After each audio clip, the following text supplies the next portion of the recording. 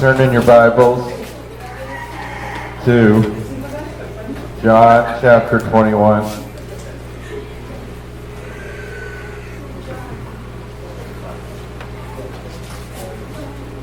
Gospel of John chapter 21. Thank you for that wonderful special. That was wonderful.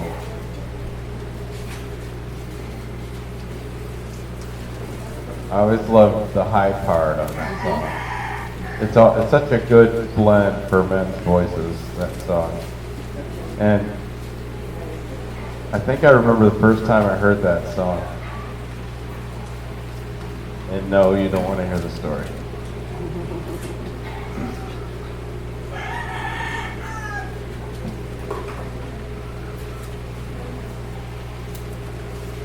Let's stand, please.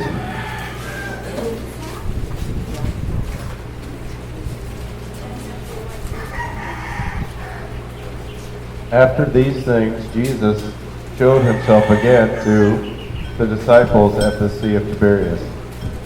And on this wise showed he himself. There were Simon Peter and Thomas called Didymus and Nathanael of Galilee, of Cana in Galilee, and the sons of Zebedee, and two other of his disciples. Simon Peter saith unto them, I go a-fishing. They say unto him, we also go with thee. They went forth and entered into a ship, and immediately that night they caught nothing. But in the morning, when the morning was now come, Jesus stood on the shore. But the disciples knew not that it was Jesus. Then Jesus said unto them, Children, have ye any meat? They answered him, No. And he said unto them, Cast the net on the right side of the ship, and ye shall find. They cast therefore, and now they were not able to draw it for the multitude of fishes. Therefore that disciple whom Jesus loved saith unto Peter, It is the Lord.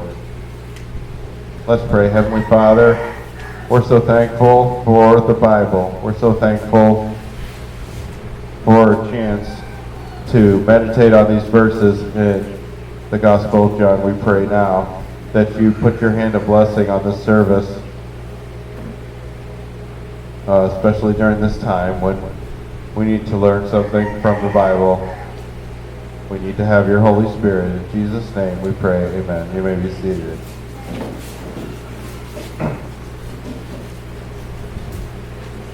So what really happened here?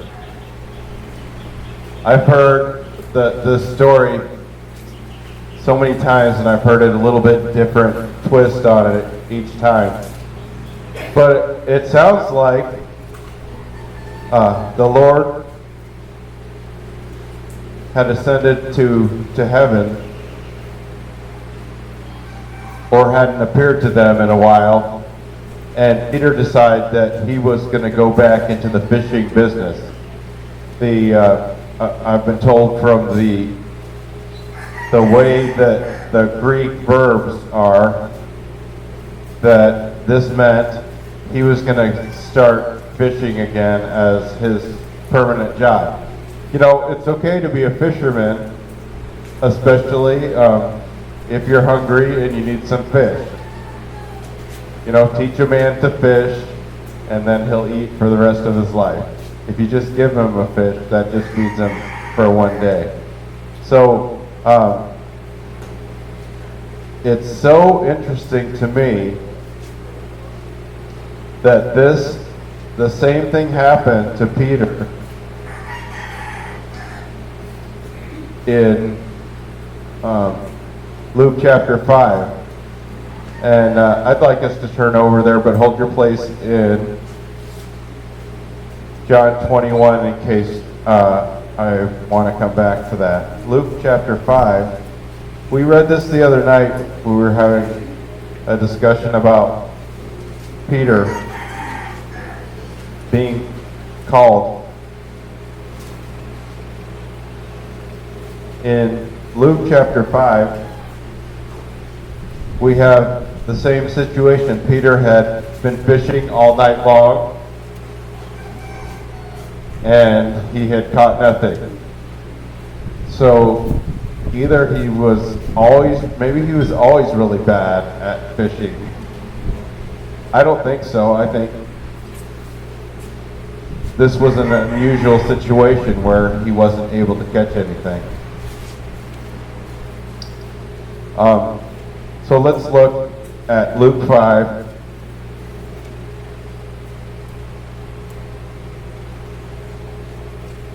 And verse 3.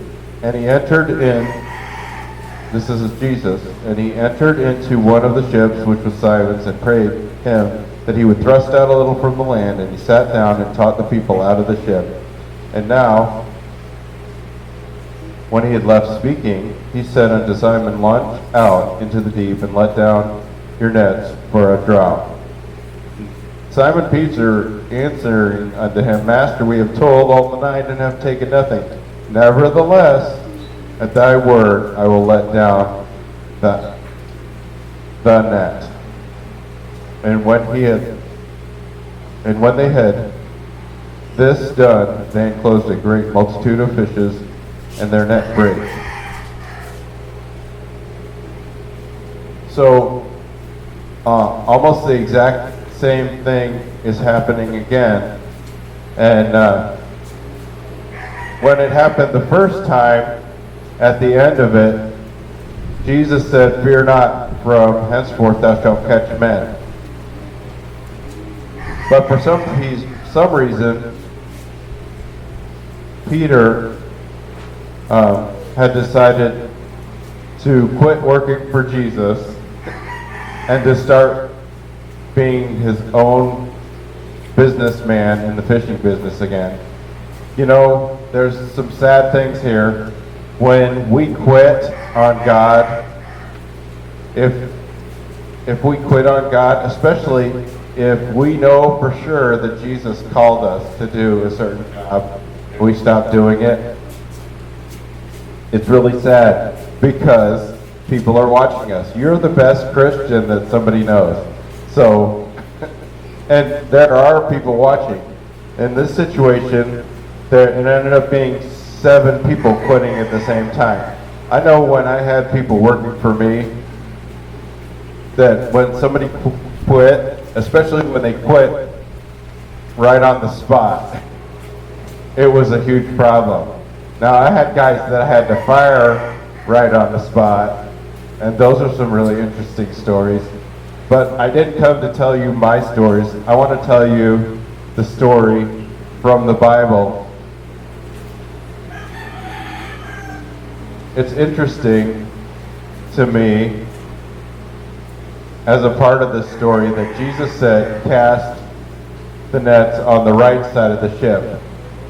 So they were trying to fish,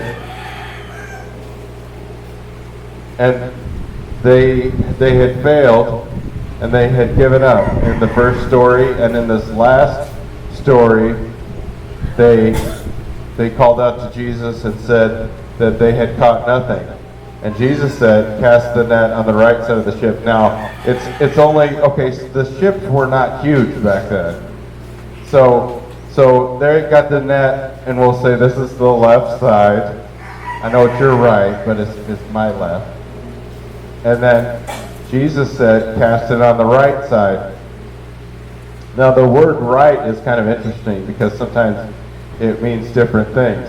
So, right as opposed to the left side, or right side instead of the wrong side. You're fishing on the wrong side. You know, Jesus knew where the fish were. Now they have these fancy computers where you can put like this little satellite imaging or thermal imaging picture on the front of your boat, and it'll tell you exactly where the fish are, how deep in the water they are. But people still fish the old-fashioned way. So when I want to talk a little bit about the symbolism of fishing for men. Sometimes we're so close, but we're failing. I'll get the hang of this wind thing eventually.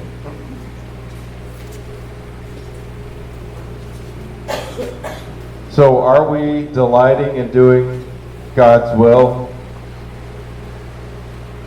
The symbolism is this: we need to get back to our first love. There was a church in the book of Revelation, Ephesus, and Jesus told them they needed to get back to their first love. And we find out that their first love was soul winning. And maybe this isn't the crowd that I want to speak to, because I feel like everyone that's here tonight, you're soul winners.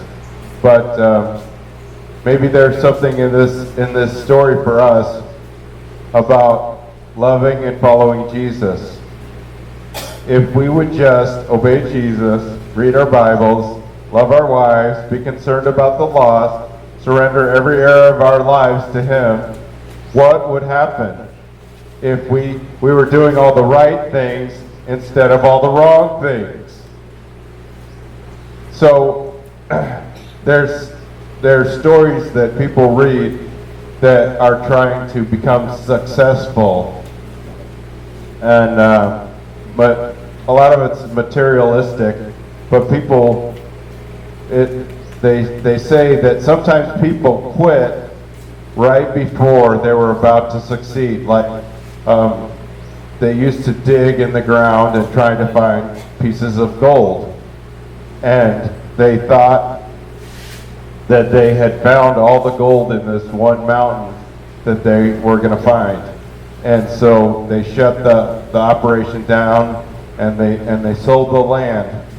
And somebody else came in to that same gold mine and dug about 5 feet more into the earth and found another big pile of gold. So sometimes we quit because we get discouraged. Maybe Peter got discouraged, and that's why he quit. Maybe he had a week where he spent the whole soul winning time arguing about evolution and trying to convince somebody that was diehard Catholic that they needed to stop trusting their works and start trusting Jesus Christ as their Savior. And he spent the whole time out, but he didn't win anyone to the Lord. Maybe he liked being with the other Christians and showing up to the soul winning meeting, but he once he got out there, he just wanted to pass out tracts, and he didn't want to talk to anybody because it's kind of uncomfortable talking to people. And I'm sorry if I'm cutting in and out.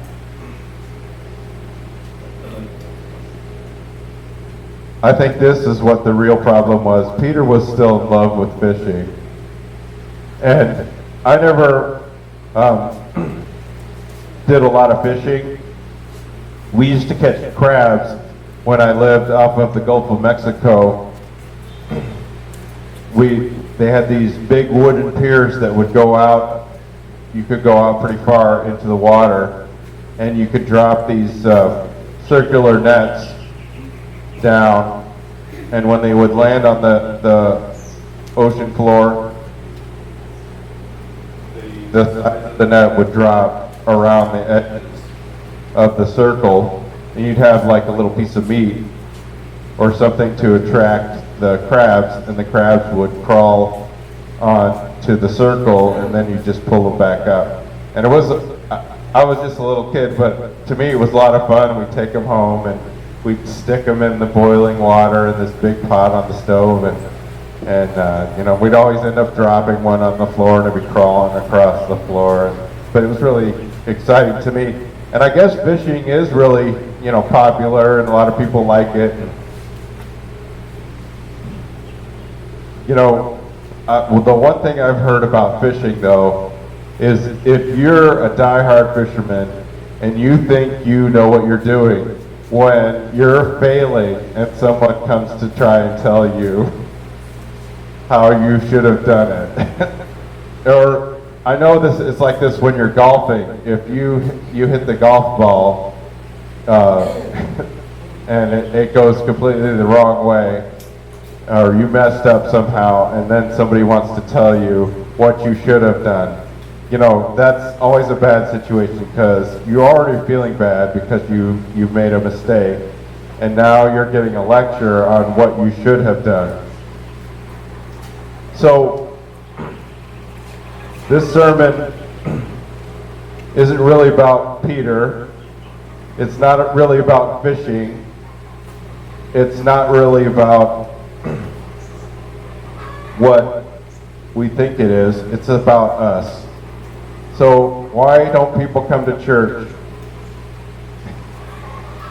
They are in love with themselves. Jesus said, I will build my church. Jesus is speaking to people today, but people aren't listening. People love themselves more than Jesus.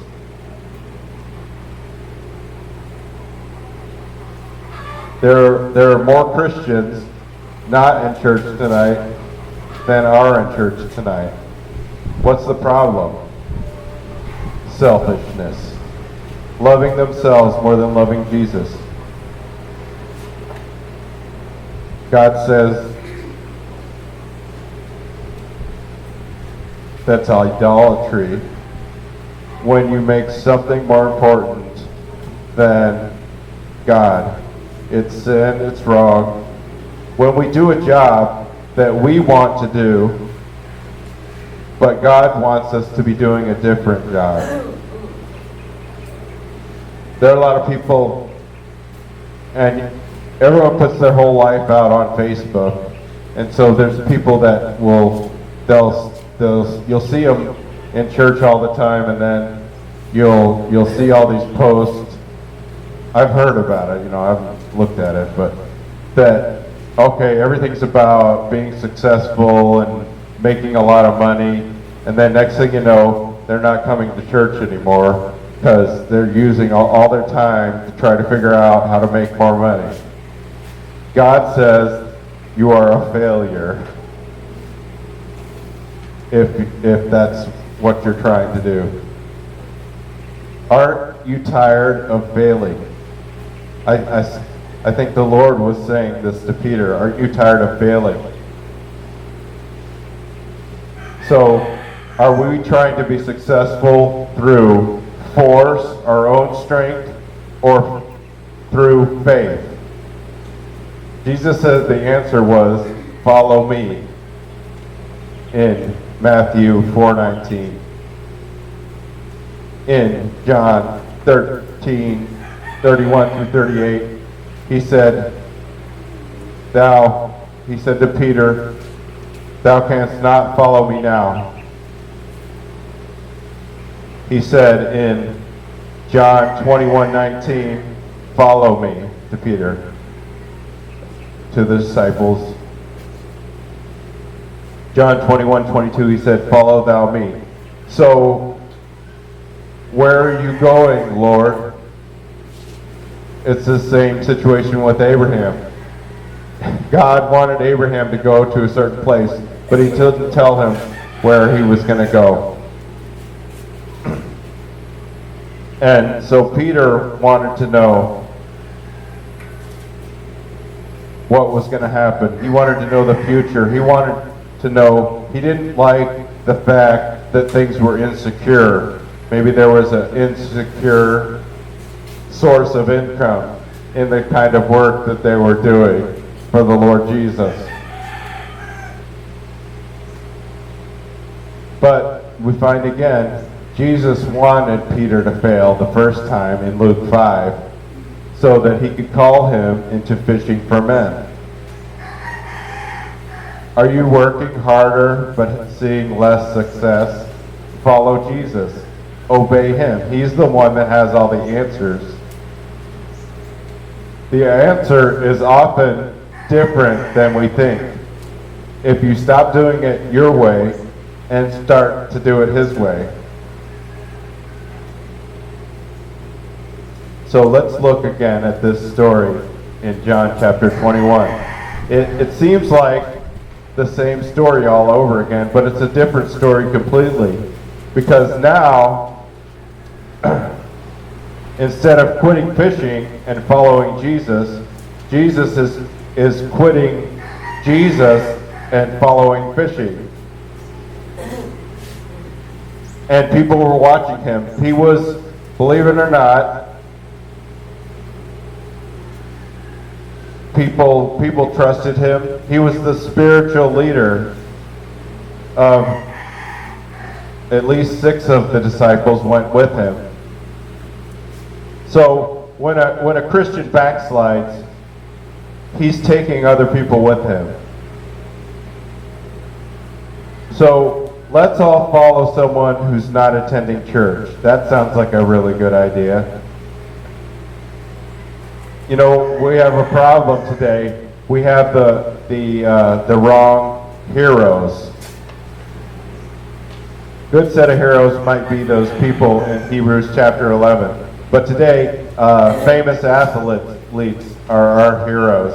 We put posters, or I don't know if you put posters on your wall, or pictures of famous athletes or famous musicians. People are always sitting around watching famous musicians, maybe political leaders, maybe athletes. Let's ask some advice before we quit from someone who quit. Peter, how do you feel? Peter says, I feel like a failure. He was taking people with him. It's always bad when the preacher quits. You know, if we got a video call from Pastor Mike tonight, and he announced that he wasn't coming back, we'd lose some of you to the devil because you get mad at God, you'd be mad at Pastor Mike,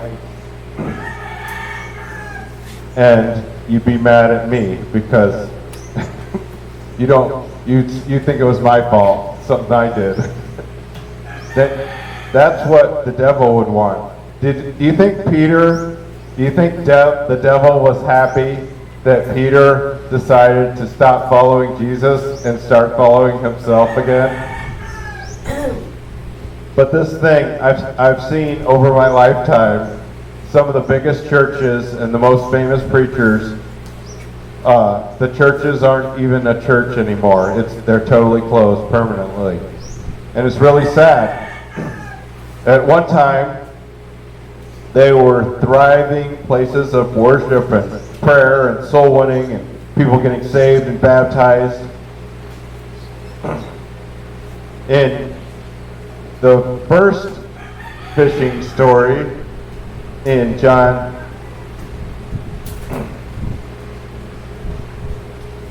Peter was failing, but his failure led to success. In the second one, praise God, he failed again, and it led to success. Jesus called him back to himself, to following, to fishing for men.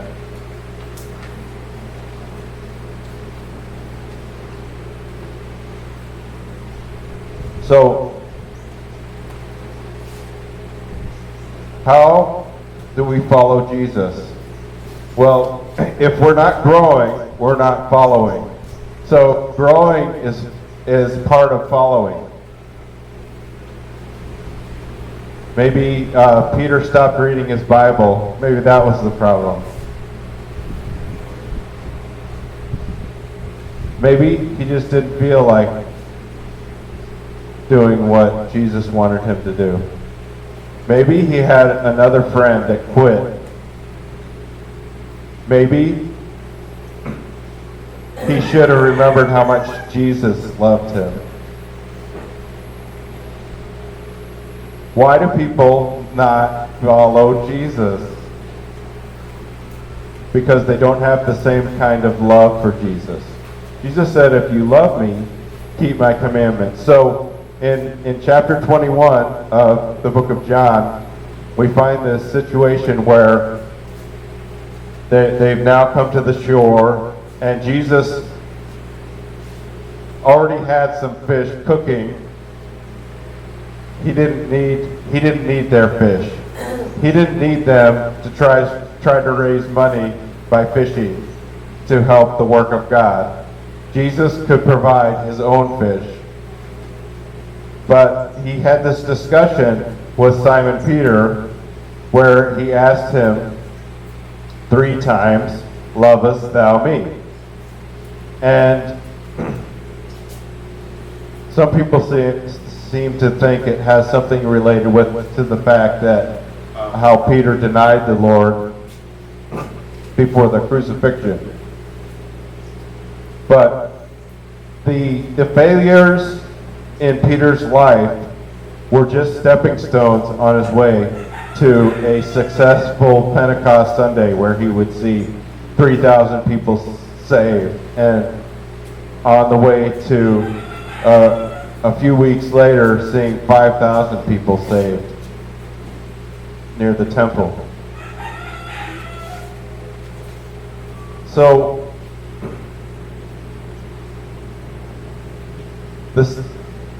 Peter didn't have the same kind of love for Jesus that Jesus had for him. The Greek words that are used in this are when Peter is saying, "Lord, you know that I love you." He was using a different word for love. And we need to try as best as we can to have the same kind of love for Jesus as he has for us. The situation was this: Peter was not living by faith. Peter was trying to do something easy that he knew how to do. And when we are not living by faith, we're living by sight. We're trying to be successful, but we're not doing something, the hard thing that Jesus wants us to do. So a couple questions here, and I'll wrap this up.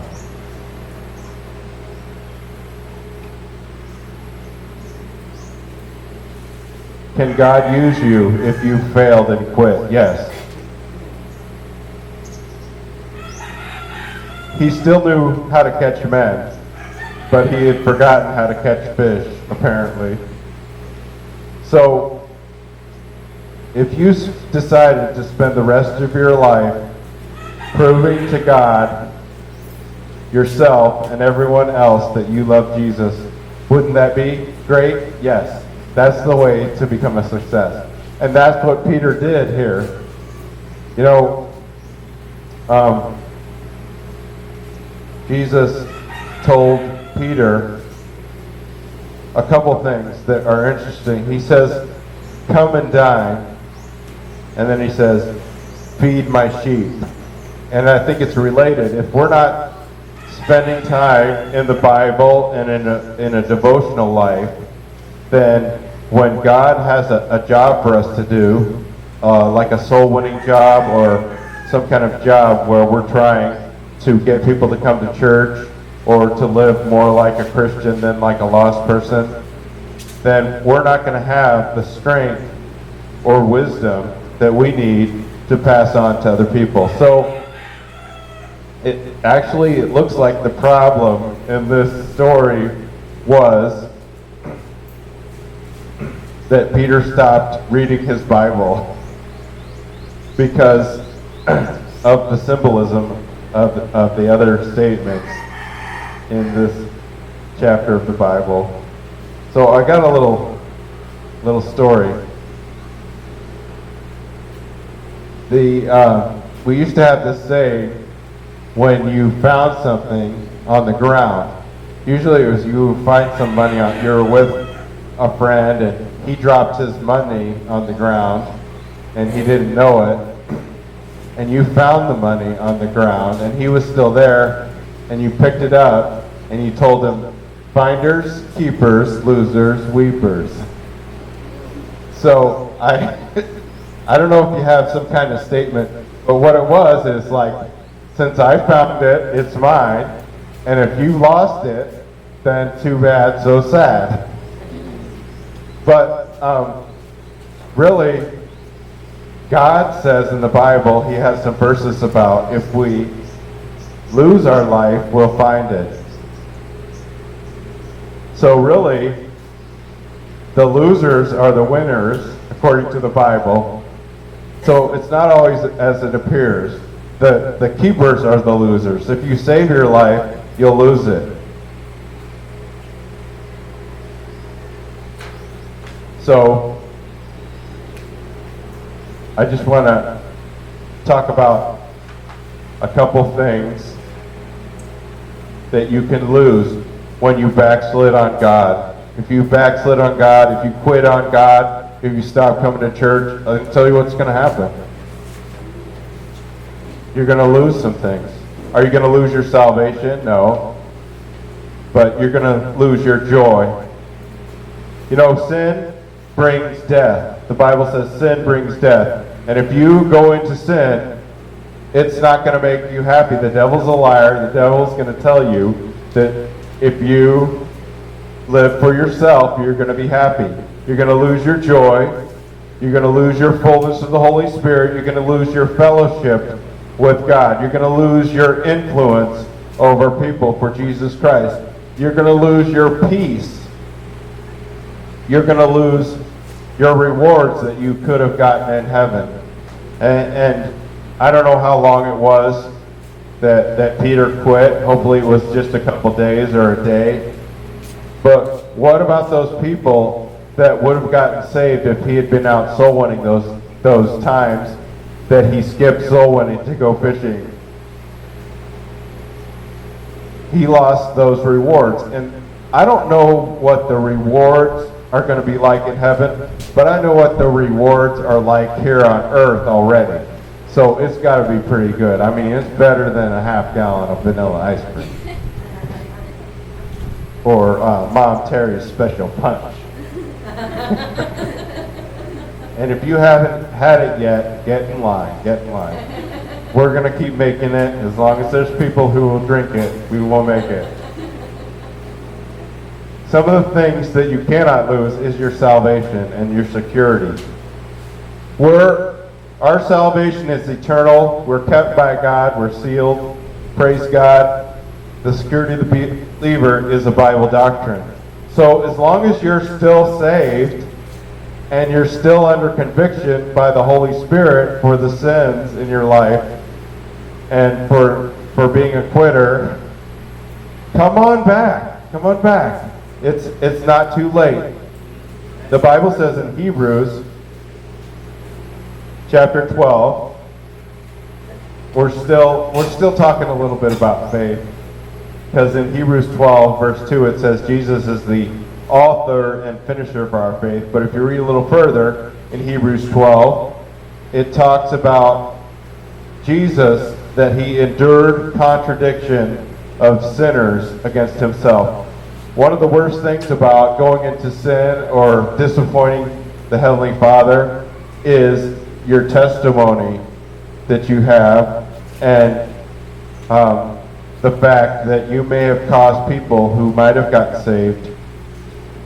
I remember there was this famous man that said he wouldn't get saved because of Christians. He wouldn't become a Christian because of the way that Christians were. So if you get disappointed about soul winning, you're going out soul winning, and you're not seeing people saved, that's not your job. It's Jesus' job to save them. And a lot of the best Christians that I've heard their testimonies are people who got witnessed to and they rejected the gospel, but then someone came along later and that when they did get saved, they became some of the strongest, most productive Christians. So don't get discouraged about your soul winning efforts. You know, one more thing about, and this will go along with my next sermon that I don't have out on the pulpit here. That's about dressing the right way. You know, we're not going to change the dress standards of this church, at least not while I'm here. And if Pastor Mike comes back here and changes them, I'm gonna come back and take over. But you know what? More people look like they're Christians that are going to hell than the people that look bad and are going to heaven. So the Bible says they went out from us because they were not of us. So sometimes when people backslid, they weren't really saved to begin with. Maybe they thought they could lose their salvation. But I'll tell you what, if they were really Christians, they're going to lose their joy, their peace, their rewards, their influence, their Holy Spirit fullness, their fellowship with God. They're not going to have any fruit. They're not going to have a testimony. But if they don't come back and they're really Christians, sometimes God will let them be turned over to Satan for the destruction of the flesh.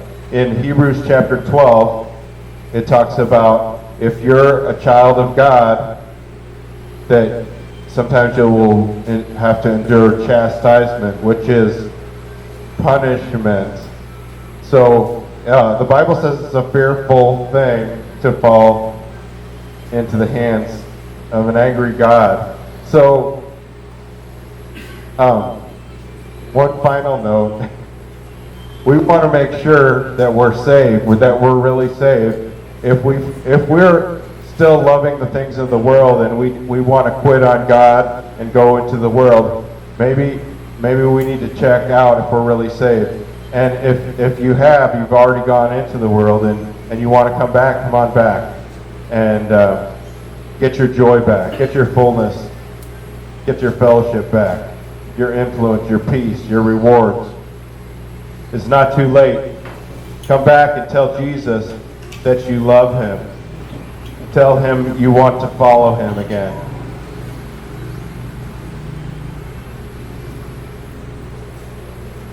So I'm so glad that Peter came back. Let's stand with our heads bowed and our eyes closed.